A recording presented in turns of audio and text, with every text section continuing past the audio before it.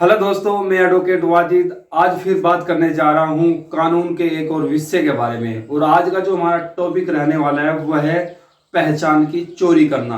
अब आप सोच रहे होंगे सर, पहचान की कैसे चोरी होती है। जी हाँ, अगर आपने किसी का पासवर्ड चुरा लिया, आपने किसी की ईमेल आईडी चुरा ली, आपने किसी के इलेक्ट्रॉनिक सिग्नेचर ले लिए, आपने किसी के नाम से क्या है फेक आईडी बना दी, अगर आपने कुछ इस तरह का एक्ट किया है तो दोस्तों आपके ऊपर गंभीर धाराओं में मुकदमा पंजीकृत किया जा सकता है और आपको कई सालों तक जेल में रहना पड़ सकता है। साथ ही साथ जुर्माना आपको भरना पड़ सकता है। तो आज कानून के एक और महत्वपूर्ण टॉपिक में बात करूंगा, वह है पहचान की चोरी करना। पहचान की चोरी कैसे होती है, अगर कोई आदमी इस तरह का कोई अपराध करता है तो उसे कितने साल तक की सजा हो सकती है, कितना जुर्माना उसके ऊपर लगाया जा सकता है, क्या उसकी जमानत होगी नहीं होगी, इन सभी टॉपिक पे क्या है हम बात करेंगे।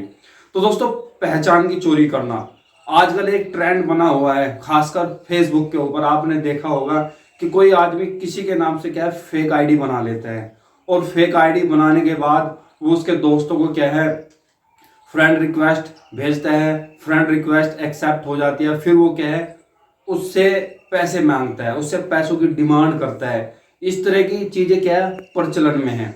या आपने क्या है किसी का फोटो उठाया और आपने उसे नुकसान पहुंचाने के उद्देश्य से ब्लैकमेल करना शुरू कर दिया, क्या उसके आप गलत इस्तेमाल कर रहे हैं। तो अगर आप किसी के पासवर्ड का, किसी के सिग्नेचर का, किसी की फेक आईडी बनाकर ठीक है पैसे मांगना, इस तरह का कोई भी अपराध आप करते हैं तो दोस्तों आपको 3 साल तक की सजा हो सकती है। कितने साल की? 3 साल तक की आपको सजा हो सकती है। साथ ही साथ 1 लाख रुपए तक का आपके ऊपर जुर्माना लगाया जा सकता है। जी हाँ, इंफॉर्मेशन एक्ट 2000 की धारा 66C और 66D आपके ऊपर क्या है मुकदमे में पंजीकृत की जाएगी। जैसे कि 66 जो IT act information technology act है 2000, वो क्या कहता है, उसकी धारा है 66C। अगर आपने किसी की मतलब पहचान की चोरी कर ली, मान लीजिए आपने किसी का पासवर्ड चुरा लिया, किसी की ईमेल आईडी चुरा ली, ईमेल आईडी का पासवर्ड, या आपने क्या है किसी के नाम से फेक आईडी बना ली, ये अपने आप में एक अपराध है और आप उसका इस्तेमाल गलत चीजों के लिए कर रहे हैं। किसी को ब्लैकमेल करने के लिए, किसी को बदनाम करने के लिए, किसी से पैसे ऐंठने के लिए, तो आपके ऊपर इन 2 धाराओं में मुकदमा दर्ज किया जाएगा, जिसमें क्या है 3 साल तक की सजा का प्रावधान है और साथ ही साथ 1 लाख रुपए का जुर्माना आपके ऊपर लगाया जा सकता है। साथ ही साथ अगर आपने क्या है फेक आईडी बनाकर किसी से पैसे ले लिए, यानी कि कैश की डिलीवरी होगी, मनी की डिलीवरी होगी, तो सजा और ज्यादा बढ़ जाती है। फिर आ जाती है ऑनलाइन ठगी, फिर सजा 7 साल तक पहुंच जाती है। कितने साल तक? 7 साल की सजा हो सकती है। 420 में आईपीसी की जो धारा थी ना 420, उसके तहत भी आपके ऊपर मुकदमा दर्ज किया जाएगा। और अगर आपने किसी का फोटो उठाकर उसे ब्लैकमेल किया, उसे बदनाम करने की कोशिश की आपने, तो फिर आपके ऊपर मानहानि का केस भी चलेगा, बीएनएस की धारा 356।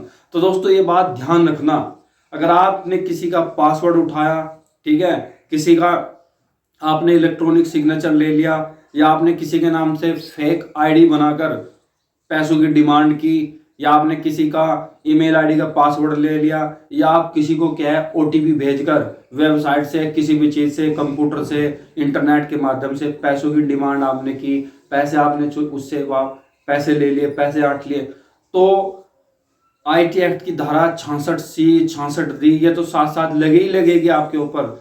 फिर इसके बाद आपके ऊपर 420 की सेक्शन भी क्या अप्लाई की जाएगी, मानहानि का केस आपके ऊपर अप्लाई किया जाएगा अगर आपने किसी को बदनाम करने के उद्देश्य से चीजें की है।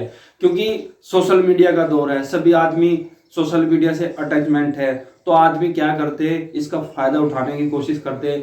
किसी का कहीं से फोटो उठाया, उसके same to same as it is as it profile तैयार कर दी, फेक आईडी बना दी, फिर हम क्या करते दूसरे को मैसेज करते, उसे अपनी फ्रेंड रिक्वेस्ट में जोड़ते और फिर उससे क्या पैसों की डिमांड करते हैं। अगर पैसे आपने उससे ले लिए तो ऑनलाइन ठगी में आएगा, फिर आपको 420 के तहत 7 साल की सजा हो सकती है।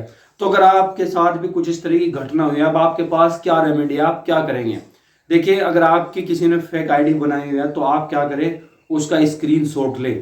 स्क्रीनशॉट में टाइम स्टैम्प का होना बहुत जरूरी है। टाइम स्टैम्प से मतलब यह है कि वो जो आप स्क्रीनशॉट ले रहे हैं, फोटो जो आप स्क्रीनशॉट करके ले रहे हैं, उसमें डेट और टाइम का मेंशन होना बहुत जरूरी है। तो स्क्रीनशॉट लेने के बाद आप क्या करें, साइबर सेल में, साइबर क्राइम में उसकी कंप्लेन करें। आप ऑनलाइन भी कंप्लेन कर सकते हैं या आप फिजिकली जाकर भी साइबर सेल में उसकी कंप्लेन कर सकते हैं। तो दोस्तों, आपकी आईडी अगर किसी ने बनाई हुई है तो आप उसे बख्शना मत, जरूर उसके ऊपर आप एफआईआर दर्ज करें, क्योंकि आपकी फेक आईडी का, आपके पासवर्ड का, आपके सिग्नेचर का, ठीक है, जो आपके ऊपर ओटीपी भेजते हैं, फ्रॉड करते हैं, वे उसका गलत इस्तेमाल जाहिर सी बात है करेंगे। आपको लाखों का नुकसान हो सकता है। आपकी समाज में, जो सोसाइटी में आपकी प्रतिष्ठा है, जो गुडविल बनी हुई है, वो क्या है, धूमिल हो सकती है।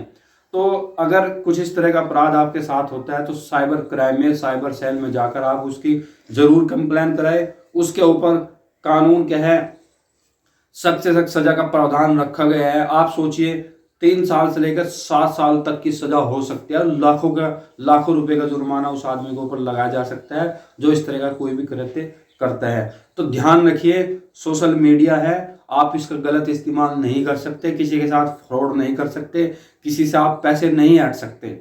भले आपने फेक आईडी बना ली, चाहे वो फेक आईडी फेसबुक के ऊपर हो, इंस्टाग्राम के ऊपर हो, यूट्यूब पे चैनल बना लिया, या ट्विटर पे, किसी भी तरह के सोशल मीडिया प्लेटफॉर्म पे अगर आप फेक आईडी बना के उसका गलत इस्तेमाल कर रहे हैं, लोगों से पैसे हट रहे हैं, उन्हें ब्लैकमेल कर रहे हैं, तो भाई आपके ऊपर गंभीर धाराओं में मुकदमा दर्ज होगा, जिसमें आईटी एक्ट की धारा भी लगेगी, साथ ही साथ बीएनएस की सेक्शन भी जुड़ेगी, जो पहले आईपीसी हुआ करता था, और आपके ऊपर मानहानि का केस भी क्या है, दर्ज हो सकता है।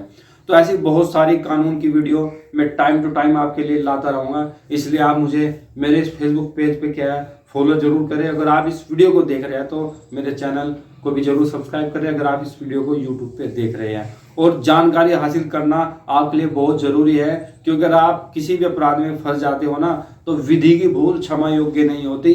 आप ये कहकर नहीं बच सकते, सर मुझे तो इसका पता नहीं था कि इसमें ऐसा भी होगा।